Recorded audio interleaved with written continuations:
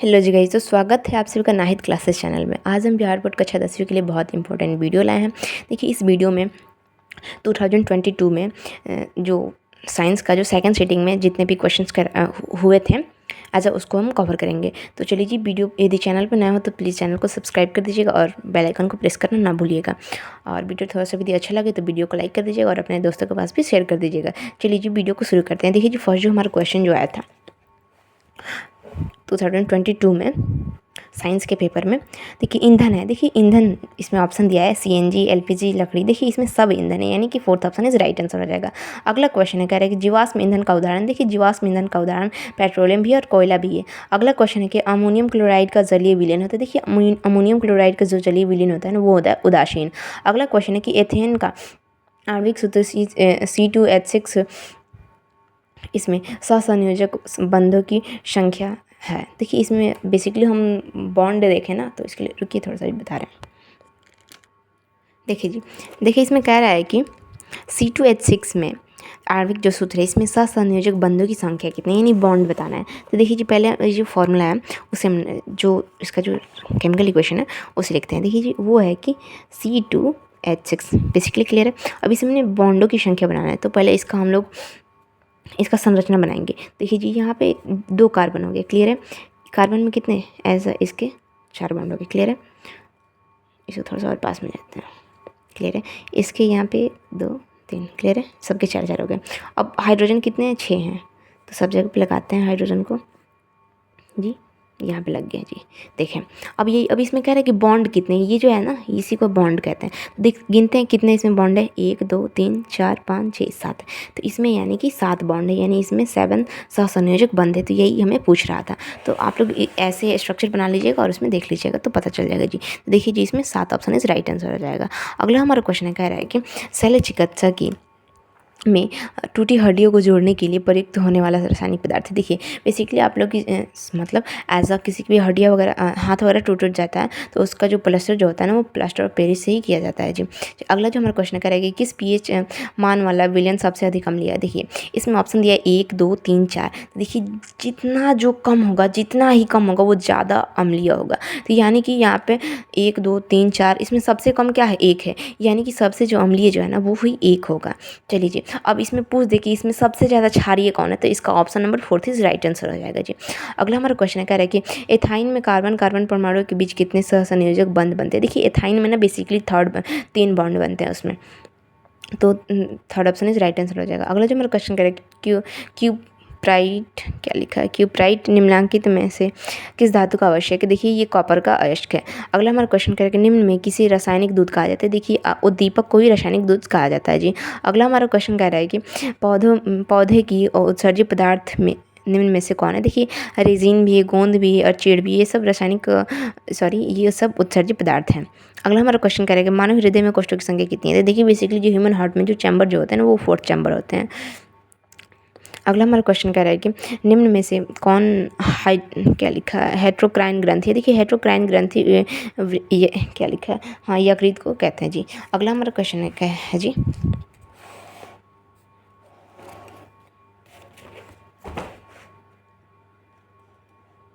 कह रहा है कि पौधों में गैसों का आदान प्रदान होता है। देखिए पौधों में जो गैसों का आदान प्रदान होता है बेसिकली रंध्र द्वारा होता है।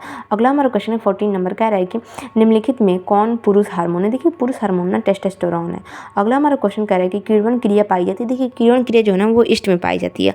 अगला क्वेश्चन हमारा कि प्रकाश संश्लेषण होता है। देखिए प्रकाश संश्लेषण की प्रक्रिया दिन में ही होती है, रात में कैसे होगी, रात में सूर्य होता है नहीं ना जी, तो कैसे होगा जी।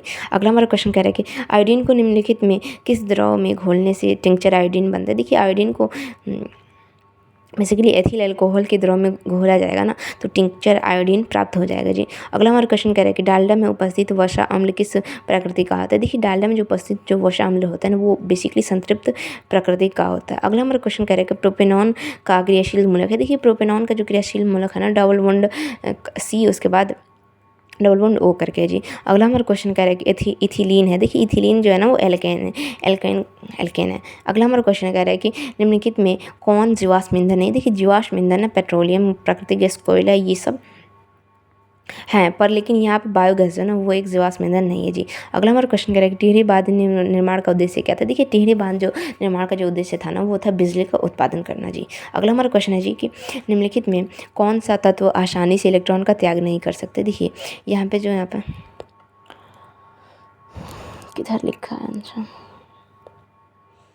23 देखिए जी यहाँ पे जो फ्लोरीन जो है ना ये आसानी से त्याग नहीं कर सकता जी। अगला हमारा क्वेश्चन कह रहा है कि निम्नलिखित में से किस तत्व के में संयोजी इलेक्ट्रॉनों की संख्या सबसे अधिक है। तो ये देखिए ये कैसे पता किया जा सकता है।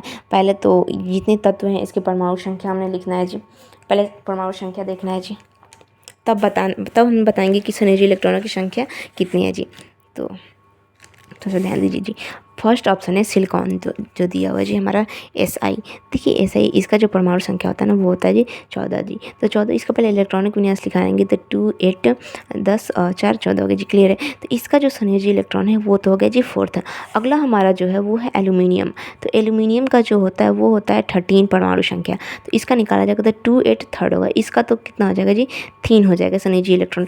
लेकिन अगले क्वेश्चन जो है अगला जो है ये है जी हमारा ये। तो इसका जो होता है पोटेशियम का पोटेशियम नहीं दूसरा फास्फोरस इसका होता है 15 जी। अब इसका जब निकाला जाएगा जी तो 2 8 5th हो जाएगा जी। तो इसमें जो संयोजी इलेक्ट्रॉनिक संख्या वो हो जाएगा जी 5th। लेकिन 5th हो जाएगा जी। लेकिन अगला जो हमारा ऑप्शन है वो ये है कि सोडियम की जो परमाणु संख्या है वो है कि सोडियम पहले लिखते हैं जी। सोडियम की परमाणु संख्या है वो है 11। तो इसका जो संयोजी इलेक्ट्रॉन हो जाएगा 1।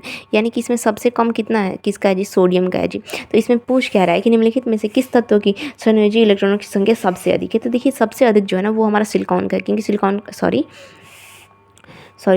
यहाँ पे थर्ड ऑप्शन इसका राइट जिसका 15 है ना। इसमें देखिए संयोजी इलेक्ट्रॉनों की संख्या 5th है जी। इसमें जी 5th है। तो इसका आंसर यही हो जाएगा जी। यानी कि इसका answer third option is right answer हो जाएगा जी। अगला हमारा क्वेश्चन कह रहा है कि एक वयस्क मनुष्य में कितने दांत होते हैं। देखिए एक जो वयस्क मनुष्य में ना दांतों की संख्या होती है 32। चलिए जी अगला हमारा जो क्वेश्चन है उसकी ओर पढ़ते हैं जी। अगला जो हमारा क्वेश्चन कर रहा है कि मस्तिष्क उत्तरदायी है। तो देखिए मस्तिष्क जो उत्तरदायी है ना वो बेसिकली हृदय स्पंदन के लिए भी उत्तरदायी है, शारीरिक संतुलन बनाने के लिए भी, सोचने के लिए भी। देखिए इसका आंसर डी हो जाएगा जी। अगला हमारा क्वेश्चन करेगा ट्रैकिया किस जीव का श्वसन अंग है। तो देखिए ट्रैकिया जो है ना वो कॉकरोच का श्वसन अंग है जी। अगला क्वेश्चन है कि शरीर में भोजन का पचना किस प्रकार की विक्रिया। देखिए शरीर में भोजन का पचना जो ना एक उपचयन विक्रिया है जी। अगला हमारा क्वेश्चन क्या है पूर्ण विकसित अंडाशय कहलाता है। देखिए पूर्ण विकसित अंडाशय को हम फल कहते हैं जी। अगला हमारा क्वेश्चन क्या है कि एक स्त्री में कौन से लिंग गुणसूत्र पाए जाते हैं। देखिए स्त्री में जो लिंग गुणसूत्र पाए जाते हैं ना वो होता है XX, लेकिन वही जो पुरुष में होता है ना वो होता है XY जी। अगला हमारा क्वेश्चन क्या है कि मृत परजीवी का उदाहरण। देखिए मृत परजीवी का उदाहरण जो गोबर छत्ता हो जाएगा जी। अगला हमारा क्वेश्चन करेगा कि गार्ड कोशिका की कौन सी भित्ति मोटी होती है। देखिए गार्ड कोशिका की जो भित्ति होती है ना वही मोटी होती है जी। अगला हमारा क्वेश्चन क्या है कि निम्नांकित में कौन सी अधातु विद्युत का सुचालक। देखिए अधातु जो विद्युत का सुचालक है वो हो जाएगा जी ग्रेफाइट। अगला हमारा क्वेश्चन है जी बैटरी का अम्ल। देखिए बैटरी का अम्ल जो होता है ना वो होता है सांद्र H2SO4। अगला हमारा क्वेश्चन करेगा कली चूना का रासायनिक सूत्र। देखिए कली चूना का रासायनिक सूत्र हो जाए ना CaO हो जाएगा जी। अगला हमारा क्वेश्चन है कि आयोडीन युक्त नमक है। देखिए यहाँ पे आयोडीन युक्त नमक NaCl+ में ये मिला हुआ है। लेकिन इसका जो आंसर हो जाएगा ना second option is right answer हो जाएगा जी। आयोडीन युक्त नमक सेकंड ही होना चाहिए। अगले क्वेश्चन पे पढ़ते हैं जी। अगला जो हमारा क्वेश्चन है जी कि प्लास्टर ऑफ पेरिस का रासायनिक नाम है। देखिए प्लास्टर ऑफ पेरिस का रासायनिक नाम है कैल्शियम सल्फेट अर्धहाइड्रेट। अगला हमारा क्वेश्चन है कि लौंग तेल किस प्रकार का सूचक है। तो देखिए लौंग तेल जो है ना वो एक प्रकार का गंधीय सूचक है जी। अगला जो हमारा क्वेश्चन है कि घरेलू गैस LPG का प्रमुख अवयव है। देखिए इसमें जो प्रमुख जो अवयव जो होते हैं पार्टिकल जो इसका जो घटक है वो होता है ब्यूटेन जी। अगला हमारा क्वेश्चन है C60 फ्लोरीन की आकृति निम्नलिखित में से किसके जैसी है। देखिए जो C60 फ्लोरीन की जो आकृति होती है ना बेसिकली फुटबॉल जैसे होता है जी। अगला हमारा क्वेश्चन क्या है कि लेंस की आवर्धन का SI मात्रक है। देखिए लेंस का आवर्धन का SI मात्रक जो होता है ना वो होता है मात्रक विहीन। अगला हमारा क्वेश्चन क्या है किसी अंतरिक्ष यात्री को आकाश कैसा प्रतीत होता है। देखिए अंतरिक्ष यात्री को ना आकाश काला प्रतीत होता है जी। अगला हमारा क्वेश्चन कह रहा है कि गोलीय दर्पण की परावर्तक पृष्ठ की वृत्ताकार सीमा रेखा का व्यास कहलाता है। देखिए वृत्ताकार सीमा रेखा का जो व्यास होता है ना वो होता है गोलीय दर्पण का द्वारक जी।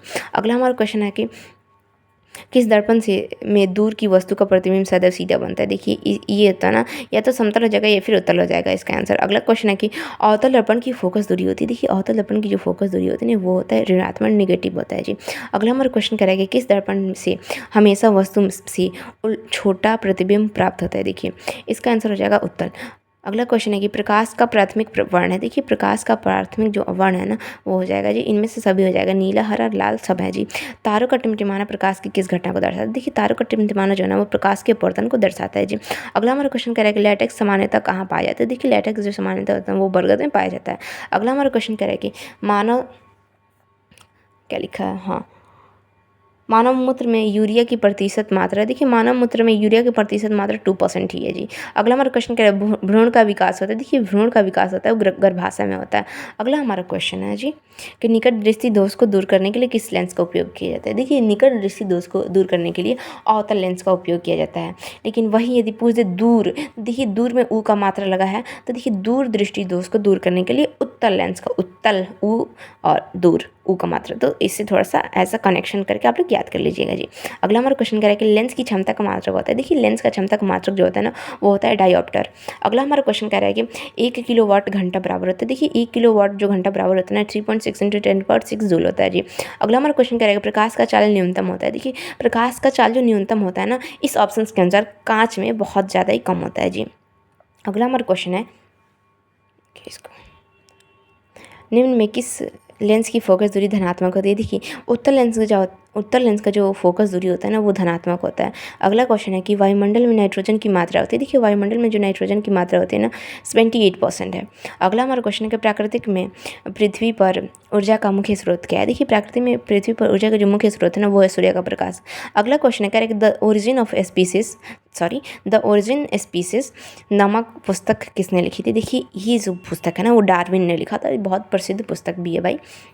अगला हमारा क्वेश्चन है कि ओजोन के अणु में ऑक्सीजन की परमाणु संख्या कितनी है, परमाणु की संख्या कितनी है। देखिए जी क्या कह रहा है कि देखिए ओजोन का जो बेसिकली जो फॉर्मूला होता है ना, वो 3 होता है जी, O3 होता है। तो इसमें पूछ रहा है कि ओजोन के अणु में ऑक्सीजन की परमाणु की संख्या कितनी है, यानी एक अणु में ऑक्सीजन की परमाणु की संख्या कितनी है जी, 3 है, यानी कि 3rd option is right answer हो जाएगा जी। तो चलिए जी अगले क्वेश्चन पे बढ़ते हैं जी।